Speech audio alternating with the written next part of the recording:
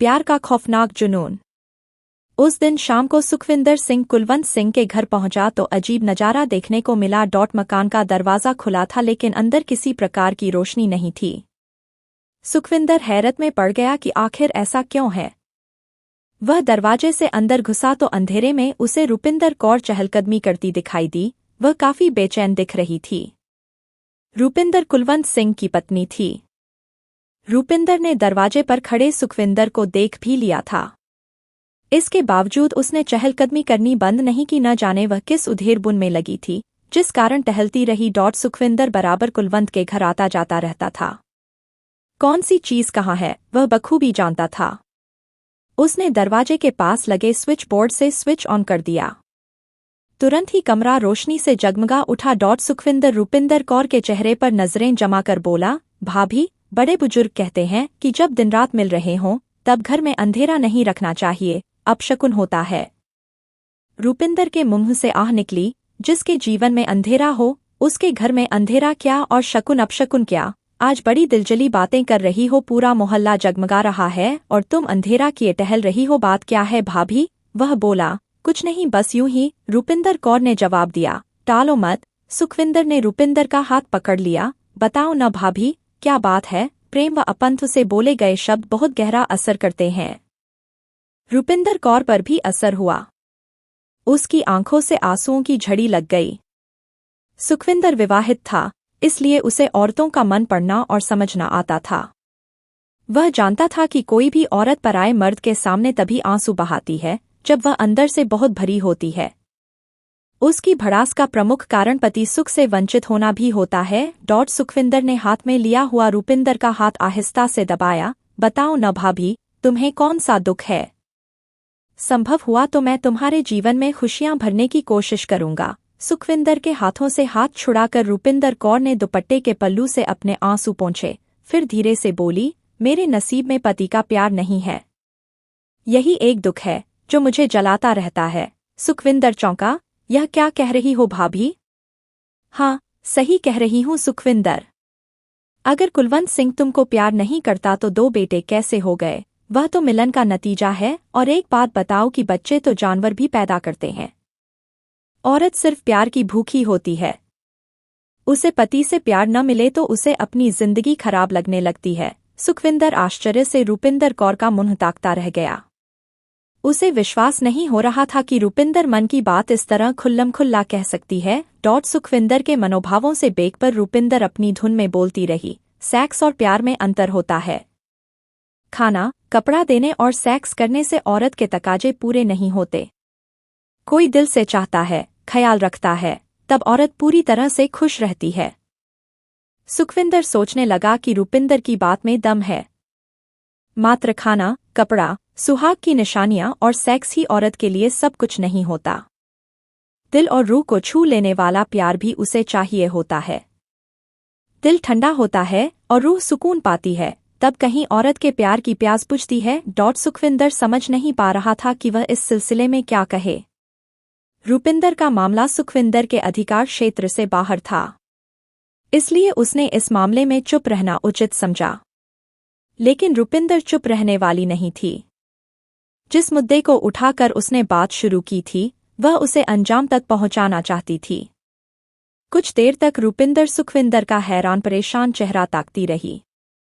फिर उसी अंदाज में उसका हाथ पकड़ लिया जिस तरह सुखविंदर ने उसका हाथ पकड़ा था। तुम मेरी परेशानियां दूर करके जिंदगी खुशियों से भरने की बात कह रहे थे, मुझे तुम्हारा प्रस्ताव मंजूर है। सुखविंदर ने रूपिंदर कौर के हाथों से अपना हाथ खींच लिया। भाभी, वो तो मैंने ऐसे ही बोल दिया था, ऐसे ही नहीं बोले थे। रूपिंदर ने फिर उसका हाथ पकड़ लिया। मैं जानती हूँ तुम्हारे दिल में मेरे लिए प्यार है। उसी प्यार के नाते तुमने मेरे जीवन को खुशियों से भरने की बात कही। जो कहा है उसे पूरा करो। भाभी, जो तुम चाहती हो मुझसे नहीं होगा। वह बोला। तुम्हारा यह सोचना गलत है कि मैं तुमसे सेक्स संबंध चाहती हूँ। रूपिंदर सुखविंदर की आंखों में आंखें डालकर बोली। पति मुझे यह सब तो देता है, लेकिन मुझे प्यार नहीं करता। सुखविंदर उलझने लगा। तो मैं क्या करूं? क्या तुम मुझे प्यार भी नहीं दे सकते? रूपिंदर उसकी आंखों में देखते हुए मुस्कराई। शब्दों से मेरे मर्म को स्पर्श करो। आमने सामने बात करने में शर्म आए तो फोन पर बात कर लिया करो। अपनी भाभी से बातें करने में तुम्हें किसी किस्म का ऐतराज नहीं होना चाहिए। सुखविंदर से कुछ कहते नहीं बना। रुपिंदर कौर के सामने खड़ा रहना उसने मुनासिब नहीं समझा। उससे बिना कुछ बोले वह बाहर निकला, बाहर खड़ी बाइक पर सवार हुआ और वहां से चला गया। दरवाजे पर आ खड़ी रुपिंदर कौर के चेहरे पर कुटिल मुस्कान थी। मर्द पर औरत का वार कभी खाली नहीं जाता। प्यार का जाल फेंकना रुपिंदर कौर का काम था, वह उसने कर दिया। अब आगे का काम सुखविंदर को करना था। पंजाब के गुरदासपुर जिले के काहनुवान थाना क्षेत्र के बलवंडा गांव में रहते थे कुलवंत सिंह। वह सेना में थे। सेना से रिटायर होने के बाद उन्होंने पुणे की एक निजी कंपनी में सिक्योरिटी गार्ड की नौकरी कर ली थी। उनके परिवार में पत्नी रुपिंदर कौर और 2 बेटे रणदीप उर्फ बॉबी 26 और करणदीप 24 थे। रणदीप की शादी हो चुकी थी। उसकी पत्नी कनाडा में रहती थी। रणदीप पास के ही एक पेट्रोल पंप पर काम करता था। करणदीप सेना में नौकरी करता था। 45 वर्ष की उम्र हो गई थी रुपिंदर की। 2 से 2 जवान बेटे थे, लेकिन उसके शरीर की आग इस उम्र में भी भभक रही थी। रुपिंदर स्वभाव की अच्छी नहीं थी। वह काफी स्वार्थी और महत्वाकांक्षी औरत थी। उसे सिर्फ अपना सुख प्यारा था, न उसे अपने पति की चिंता होती थी और न ही अपने बेटों की। कुलवंत जब तक सेना में था तो वहीं रहता था, कभी कभी घर आता था। जब रिटायर होकर घर आया तो उसका घर में रहना मुश्किल होने लगा। दिन भर रुपिंदर के तरह तरह के ताने, लड़ाई झगड़ा तक उसे झेलना पड़ता। सेक्स की भूखी रुपिंदर को हर रोज ही बिस्तर पर पति का सुख चाहिए होता था। इस सब से आजिज आकर ही कुलवंत पुणे चला गया था और वहां सिक्योरिटी गार्ड की नौकरी करने लगा था। घर पर अकेली ही रहती थी रुपिंदर कौर। बेटा रणदीप रात में ही घर आता था। ऐसे में रुपिंदर का समय काटे नहीं कटता था। पति के अपने से दूर चले जाने के बाद रुपिंदर कौर पति सुख से भी वंचित थी। ऐसे में रुपिंदर ने भी वही करने की ठान ली जो उस जैसी औरतें ऐसे हालात में करती हैं, यानी अपने सुख के साथी की तलाश। रुपिंदर की जान पहचान चक्का शरीफ में रहने वाले सुखविंदर सिंह उर्फ सुक्खा से थी। वह उसके पति का दोस्त था। सुखविंदर उससे मिलने उसके घर आया जाया करता था। एक दिन रुपिंदर कौर अपने सुख के साथी के बारे में सोच रही थी कि कौन हो कैसा हो, तो अचानक ही उसके ज़हन में सुखविंदर का चेहरा कौंध गया।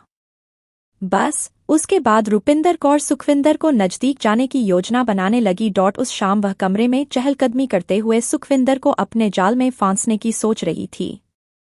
यही सोचते सोचते कब अंधेरा हो गया उसे पता ही नहीं चला। संयोग से तभी सुखविंदर भी आ गया। उसे देखते ही जिस आइडिया के लिए रुपिंदर कौर कई दिन से परेशान थी, वह एकदम से उसके दिमाग में आ गया। उसके बाद रुपिंदर कौर ने ऐसा प्रपंच रचा कि सुखविंदर उसमें फंस गया। सुखविंदर आपराधिक प्रवृत्ति का था। पठानकोट में उसके खिलाफ लूट के कई मामले दर्ज थे। एक मामले में वह कुछ दिन पहले ही जेल से छूट कर आया था। रुपिंदर कौर क्या चाहती है, क्यों उसे अपने जाल में फांस रही है, यह बात वह बखूबी जान रहा था। शिकारी रुपिंदर को लग रहा था कि सुखविंदर को अपनी बातों के जाल में फंसाकर उसे अपना शिकार बना लेगी। मगर सुखविंदर खुद ही बड़ा शिकारी था। उसे तो खुद रुपिंदर का शिकार होने में मजा आ रहा था। वह अपनी मर्जी से रुपिंदर का शिकार बन रहा था। उसकी बातों व हरकतों का मजा ले रहा था। आखिर इसमें फायदा तो उसी का था। रुपिंदर को इस बात का आभास तक नहीं था। सुखविंदर रुपिंदर की बातों को सोच सोच कर बार बार मुस्कराता। उसकी आंखों के सामने रुपिंदर कौर का रूप चलचित्र की भांति घूमने लगता। ऐसे में सुखविंदर भी रुपिंदर के रूप का प्यासा बन बैठा। अब जब भी रुपिंदर के घर जाता तो उसे प्यासी नजरों से निहारता रहता। दिखाने के लिए रुपिंदर की चाहत का मान रखते हुए उससे प्रेम भरी बातें करता। उन प्रेम भरी बातों में पड़कर रुपिंदर उससे सट कर बैठ जाती। वह कभी उसके कंधे पर सिर रखकर उससे बातें करती तो कभी उसके सीने पर अपना सिर रख देती और कान से उसके दिल की धड़कनों को सुनती रहती।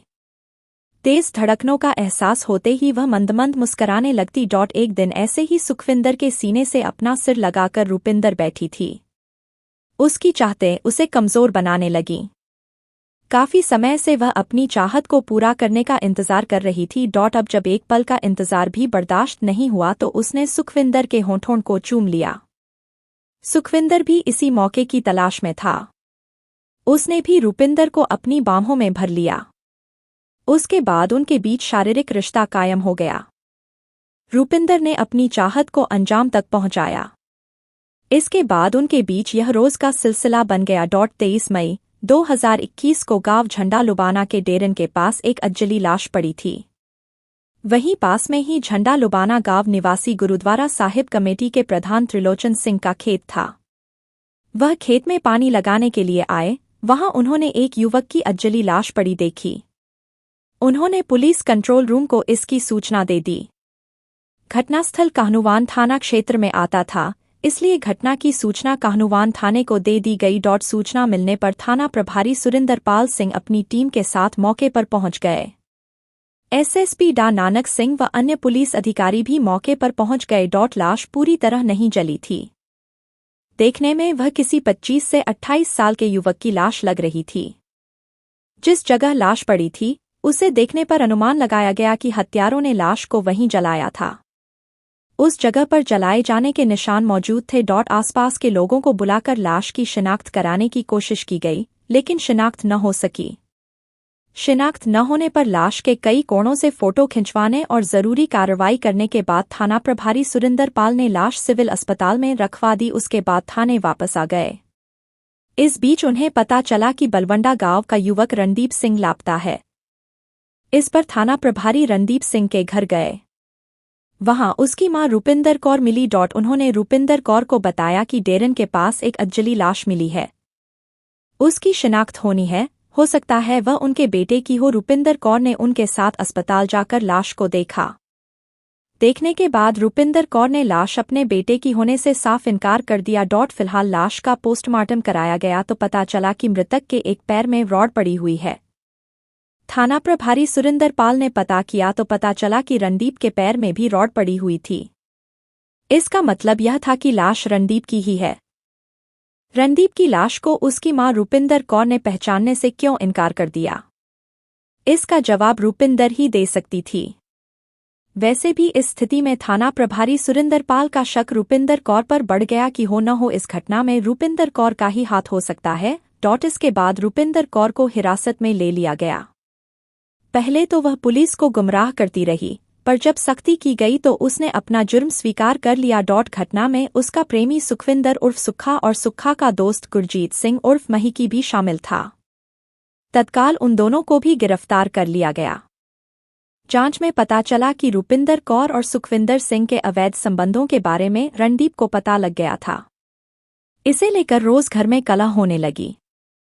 इसके बाद रूपिंदर को अपना ही बेटा दुश्मन लगने लगा। वह बेटे रणदीप से नफरत करने लगी। रणदीप के बैंक खाते में 5 लाख रुपए थे। रणदीप अपनी पत्नी के पास कनाडा जाना चाहता था, उसी के लिए उसने पैसे जमा कर रखे थे। शातिर रूपिंदर ने उसे बहला फुसला कर वे रुपए अपने खाते में ट्रांसफर करा लिए। रणदीप का विरोध बढ़ता गया। इतना ही नहीं, रूपिंदर का सुखविंदर से मिलना मुश्किल होने लगा तो उसने रणदीप को रास्ते से हटाने का फैसला कर लिया। रूपिंदर ने सुखविंदर से बेटे रणदीप की हत्या करने की बात कही। सुखविंदर तो वैसे ही अपराधों में लिप्त रहने वाला इंसान था, इसलिए वह तुरंत तैयार हो गया। रणदीप की हत्या करने के लिए उसने अपने ही गांव चक्कर शरीफ निवासी गुरजीत सिंह उर्फ महिकी को भी शामिल कर लिया। इसके बाद तीनों ने रणदीप की हत्या की योजना बनाई। 22 मई 2021 की रात रूपिंदर कौर ने रणदीप के खाने में नींद की गोलियां मिला दीं। खाना खाने के बाद रणदीप सो गया। गोलियों के कारण नशे की हालत में वह बेसुध था। सुखविंदर तय समय के हिसाब से दोस्त गुरजीत के साथ रूपिंदर के घर पहुंच गया। तीनों ने मिलकर चाकू और हथौड़ी से वार करके रणदीप को मौत के घाट उतार दिया। फिर आधी रात को रणदीप की लाश गांव झंडा लुबाना के डेरन के पास ले जाकर डाल दी और पेट्रोल डालकर आग लगा दी। फिर वहां से वापस अपने घरों को लौट गए, लेकिन लाश पूरी तरह जल नहीं पाई। तीनों का गुनाह छिप न सका और पकड़े गए। पुलिस ने उनके खिलाफ हत्या और सबूत मिटाने का मुकदमा दर्ज कर दिया। तीनों को न्यायालय में पेश कर जेल भेज दिया गया।